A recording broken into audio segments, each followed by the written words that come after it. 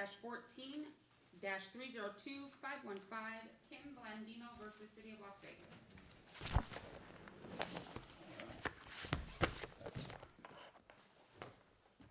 Kim Blandino appearing for the appellant pro se.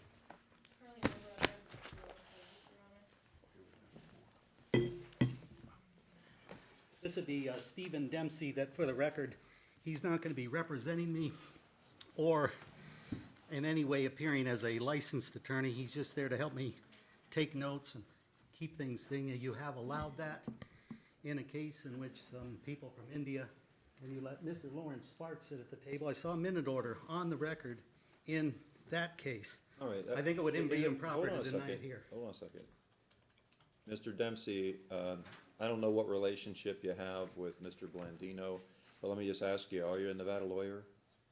Definitely, I don't believe so. I'm not a licensed attorney, if that's the question. Well, if you're not a licensed attorney, that would be that, no, you're not a lawyer. Given that it's your case, I'll allow him to sit with you, but he can't really do anything to assist you because, to me, I've got to be careful now, and so do you. I don't want any unauthorized practice of law. Mr. Dempsey? Yes.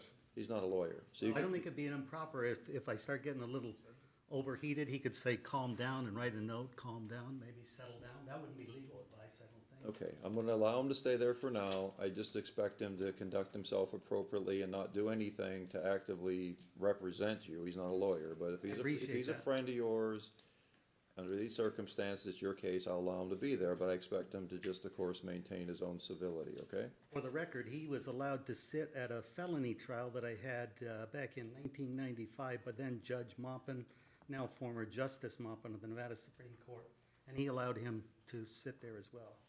So it's not unprecedented what you're allowing today, and it's appreciated. All right, I just got a note, though, that, Mr. Dempsey, you have a matter with the court today? It's not an argument, it's, It was to set a briefing schedule, but he had representations to make to the court. Right, and I'll be sitting to aid him in his case. It's serendipitous that okay. Well, we have a case here at the same here's the time. situation. That changes things, in my opinion. If somebody comes into court with a friend and I decide I just want to let the friend sit there, that's one thing. But I'm not going to have a situation where litigants that aren't lawyers help each other and all that by sitting at counsel table. So, I just got this note. I didn't know, Mr. Dempsey, that you had a matter on calendar today, because I'm prepared for all the arguments. Yours is an administrative setting, and I involve myself more with the arguments in my preparations. So what I'm going to do, because you do have a case with the court today, I'm going to ask you that you stay in the back of the court and that you not sit with Mr. Blandino, and vice versa. I'm not going to conduct court that way. So that's what I'd like for you to do. I'm going to have to object. I don't see You how can that... object all you want. How does that in any way change? That is my directive. So, Mr. Dempsey, will you gather things up that are yours, and please go into the back of the court, and when we call your case, we'll handle your case. Thank you, Your Honor. Okay. All right, in Mr. Blandino's case, I do want to start with mentioning that I did grant the City of Las Vegas's motion to limit the appeal to the issue concerning a motion for new trial that was dealt with in the lower court. And just to set that procedural timeline, there was a judgment entered against Mr. Blandino in the Las Vegas Municipal Court on October 7th of 2014. He filed a motion for new trial on October 20th, 2014. Trial court denied that motion for new trial on October 30th. He then filed a notice of appeal on November 6th. And so, as my order reflects, what that does is it makes it such that the appeal in our court would deal only with the motion for new trial being denied. That's your understanding of it, isn't it, Ms. Halbert? Yes, Your Honor. Of course, So in other words, the reckless driving conviction itself is not on appeal. That's correct, Your Honor. All right. Well, I just, for the record, I need to object the way you stated it. There was, if you're saying the word entered, there was no signed judgment of conviction, as my notice of appeal stated. That's why I put alleged. You know, the city does not want to comply, and the city judges downstairs don't want to comply with 1089.010, which means a signed judgment of conviction.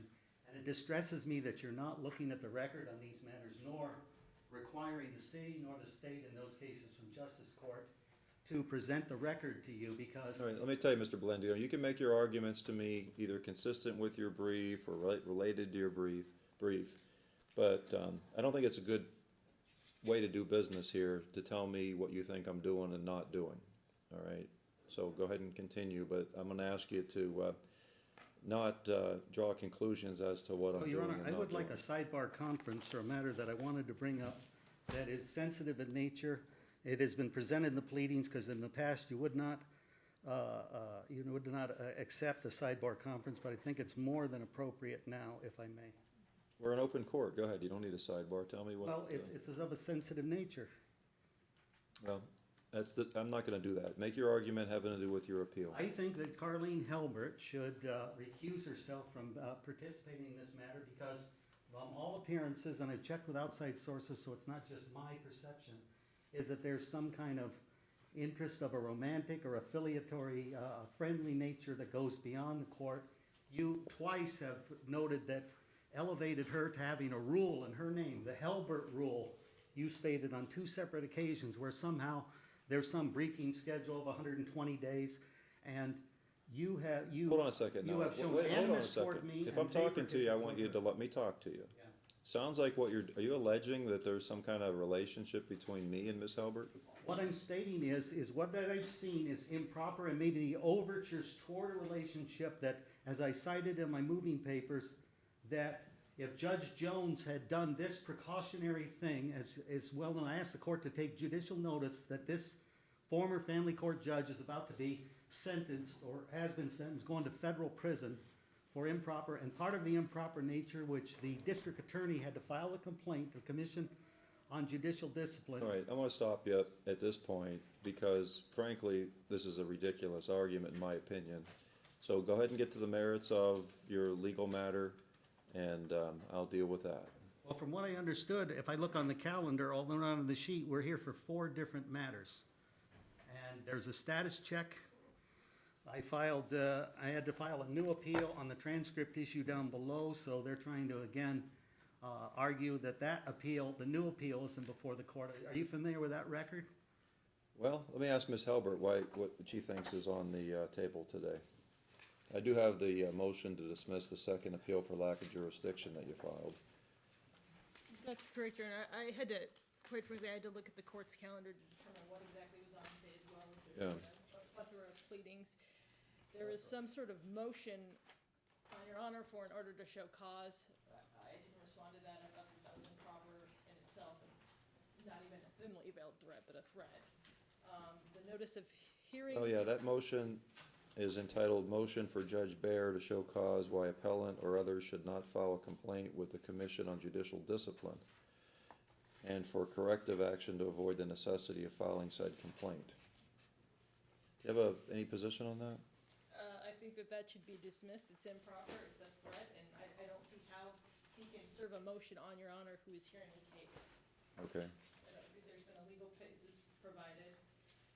The notice of the hearing and my motion to dismiss is essentially, Mr. Blandino demanded that the municipal court provide the transcripts.